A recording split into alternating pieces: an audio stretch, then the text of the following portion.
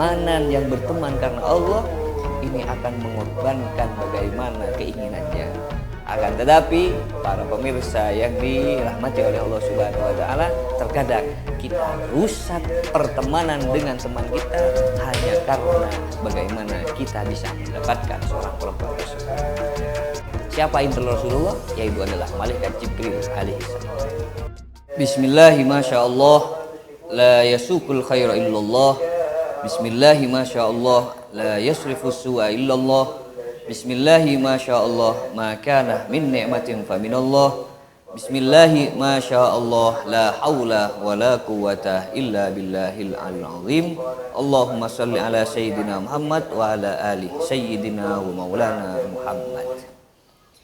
Ada 7 golongan pada saat dimana tidak ada lagi naungan kecuali naungan Allah Subhanahu wa taala di padang mahsyar atau pada hari kiamat kelak.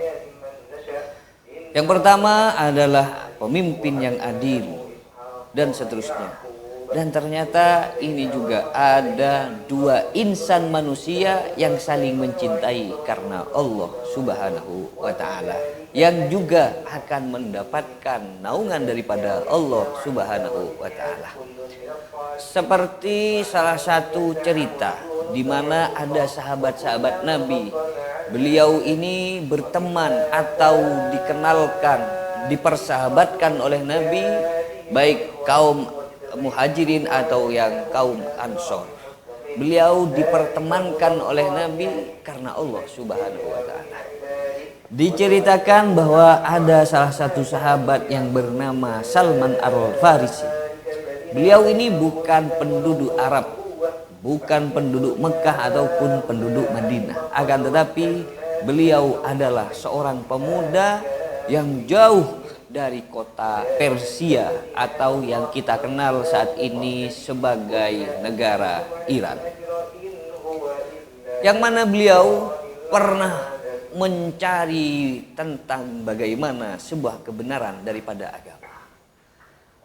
Salah satu di antaranya beliau pernah beragama sebagai agama Majusi atau seorang yang menyembah daripada api. Lalu hal tersebut tidak menemukan sebuah ketenangan di dalam hidupnya. Lalu dia pernah datang kepada salah satu pendeta yang mana dia beragama Yahudi. Akan tetapi pendeta tersebut adalah sebagian daripada pendeta yang memegang teguh daripada ajaran-ajaran nabi-nabi sebelumnya. Lalu Salman Al-Farisi ini berguru kepada seorang pendeta tersebut. Lalu seorang pendeta tersebut itu mengatakan bahwa mungkin agama ini sudah akan ada pembaharuan daripada agama karena di dalam kitabku disebutkan ada nabi terakhir. Lalu Salman Al-Farisi itu menanyakan, lalu bagaimana ciri-ciri daripada nabi terakhir itu yang diutus oleh Allah Subhanahu wa taala? Yang pertama adalah nabi itu tidak memakan sodakoh. Ciri yang kedua, ketika diberikan hadiah, lalu hadiah itu yang akan dimakan oleh beliau. Yang ketiga adalah salah satu di antaranya di punggung beliau ini ada tanda daripada tanda kenabian. Lalu berangkatlah yang namanya Salman Al-Farisi ini.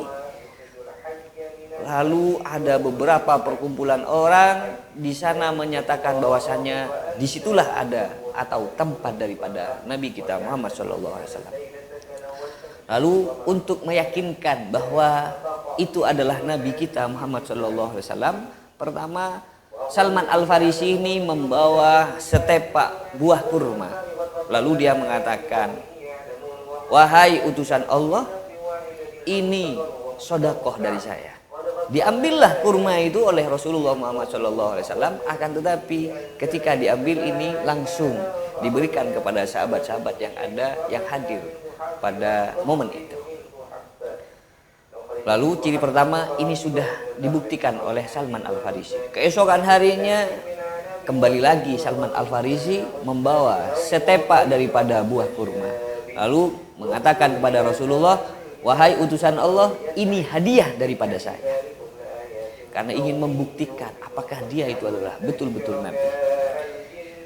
Lalu diambillah setepak kurma itu, lalu Rasulullah mengambil 3 kurma lalu dimakan. Artinya ciri yang kedua ini sudah didapati oleh Salman Al-Farisi. Lalu keesokan harinya dia secara diam-diam mengintip daripada Rasulullah Muhammad SAW, ingin mengetahui tanda daripada tanda kenabian itu. Karena Rasulullah ini mengetahui bahwasannya Salman Al-Farisi ingin mengetahui hal tersebut karena Rasulullah ini mempunyai intel. Siapa intel Rasulullah? Yaitu adalah malaikat Jibril alaihissalam. Lalu ketika mengintip dengan sengaja oleh Rasulullah, baju yang dia kenakan ini dibuka sehingga terlihat dengan jelas kepada Salman Al-Farisi bahwa di situ ada tanda kenabian daripada Nabi Muhammad SAW. Lalu berlarilah yang namanya Salman Al-Farisi dan mengatakan bahwasanya dia beriman kepada Allah dan beriman kepada Rasulullah Muhammad SAW. Singkat cerita, para pemirsa yang saya cintai, lalu Salman Al-Farisi ini dipertemankan atau dipersahabatkan oleh sahabat-sahabat yang lain oleh Rasulullah Muhammad SAW atas dasar berteman karena Allah Subhanahu wa taala. Salah satu di antaranya pemuda yang sangat dekat dengan Salman Al-Farisi ini adalah namanya sahabat Abu Darda. Yang mana Abu Darda ini adalah pengusaha yang kaya raya, pemuda yang sangat luar biasa.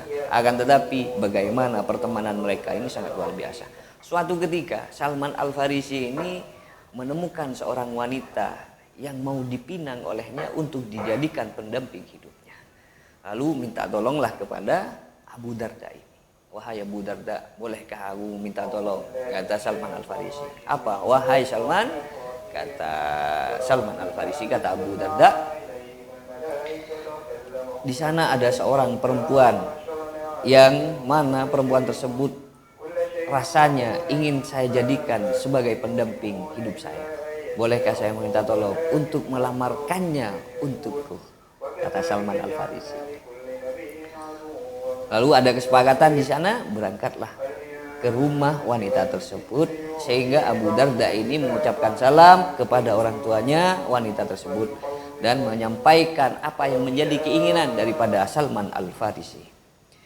Kata Abu Darda, pertama, mengucapkan salam dan menyampaikan silaturahim, dan yang kedua menyampaikan bahwasanya ini ada teman saya namanya Salman Al-Farisi dari Persia ingin melamar putri panjenengan, kata Abu Darda kepada orang tua si perempuan tersebut.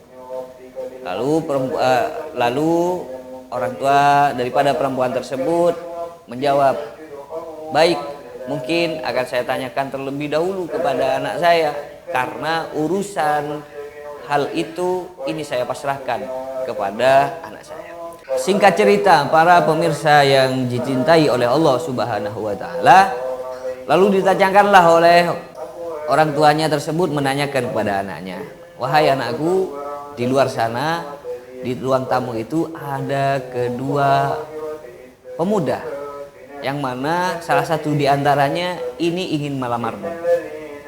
Kata si anak perempuan tersebut, yang mana? Yang itu, yang bernama Salman Al-Farisi.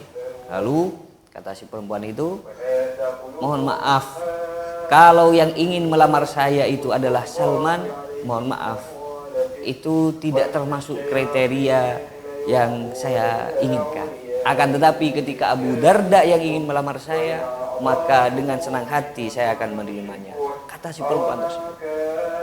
Lalu disampaikanlah oleh orang tuanya kepada Abu Darda, wahai Abu Darda, kata orang tuanya tersebut, anakku ini mohon maaf, kalau yang Salman yang ingin melamar anak saya atau yang ingin melamarnya, dia meminta maaf untuk tidak bisa menerima. Akan tetapi ketika engkau Abu Darda yang ingin meminta atau meminang anak saya, kata anak saya, silahkan, dia akan menerima dengan lapang dada. Coba, lalu bagaimana perasaan Salman Al-Farisi pada saat itu? Akan tetapi karena beliau berdua dipertemankan oleh Nabi sebagai teman yang berteman karena Allah, lalu apa yang dikatakan oleh Salman Al-Farisi? Wahai Salman, ini sudah jelas, dia lebih memilih panjenengan daripada saya. Maka semua alat-alat lamaran. Ini saya pasrahkan kepada engkau, ini saya ikhlas untuk engkau meminang seorang perempuan tersebut. Ini adalah sebuah cerita yang sangat menarik, bahwasanya pertemanan yang berteman karena Allah ini akan mengorbankan bagaimana keinginannya. Akan tetapi para pemirsa yang dirahmati oleh Allah Subhanahu wa taala, terkadang kita rusak pertemanan dengan teman kita hanya karena bagaimana kita bisa mendapatkan seorang perempuan tersebut. Lalu pemuda itulah yang kata Nabi yang esok atau kelak pada hari kiamat akan mendapatkan naungan daripada naungan Allah Subhanahu wa taala. Saya Haji Muhammad Syakibullah Misbah, pimpinan Majelis Zikir dan Sholawat Sumber Beringin. Hadanallahu wa iyyakum ajmain.